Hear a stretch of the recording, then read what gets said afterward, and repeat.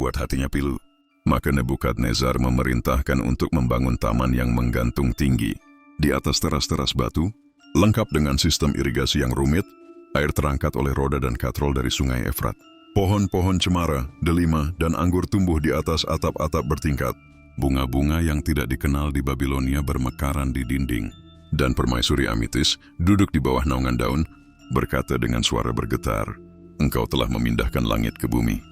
Walaupun kebenaran historis taman itu masih diperdebatkan, legenda itu hidup karena rakyat percaya hanya cinta dari raja besar yang dapat menumbuhkan gunung di tengah padang pasir. Bab 5.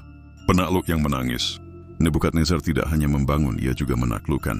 Ia menghancurkan kerajaan Yehuda dan menawan rakyatnya ke Babilonia, peristiwa yang dikenal sebagai pembuangan Babel.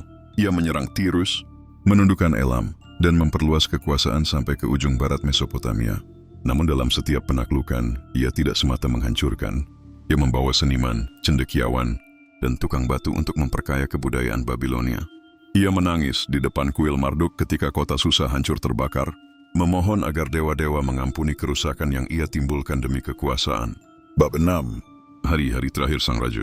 Setelah lebih dari 40 tahun memerintah, Nebukadnezar menjadi pria tua yang bijak dan pendiam. Ia sering duduk di taman yang ia bangun untuk Amitis, memandangi air yang menetes perlahan dari patung-patung batu. Ia menulis satu catatan terakhir dalam batu bata. "Aku, Nebukadnezar, yang melihat matahari terbit dan tenggelam, tidak lebih dari pasir yang ditiup angin Marduk.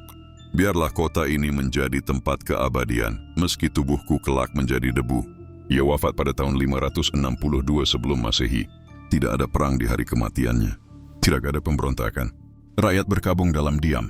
Dan dinding Babilonia, yang ia bangun dengan tangan kekuasaan dan hati cinta, tetap berdiri menyanyikan nyanyian pujian untuk sang raja. Epilog. Peninggalan abadi. Nebukadnezar tidak membawa emas ke kuburnya. Ia membawa impian tentang kota yang tak bisa dikalahkan, taman yang tak bisa dilupakan, dan nama yang tak bisa dihapus oleh waktu. Di reruntuhan Babilonia, meski hanya batu bata yang tersisa, masih tertulis, "Aku, Nebukadnezar, Raja Babilonia, membangun untuk keabadian." Bagian kedua, bayang-bayang sang raja, warisan duka dan keabadian. Bab 7. Taman yang terlupakan, nama yang dikenang. Setelah wafatnya Nebukadnezar, Babilonia tidak segera runtuh, tapi mulai goyah. Putra-putranya memperebutkan kekuasaan, dan para bangsawan mulai berseteru diam-diam. Namun yang paling menyakitkan adalah nasib Taman Gantung, karya terbesar yang lahir dari cinta dan kegilaan rekayasa manusia. Beberapa mengatakan taman itu mulai merana. Roda pemompa air tidak lagi diputar dengan teratur.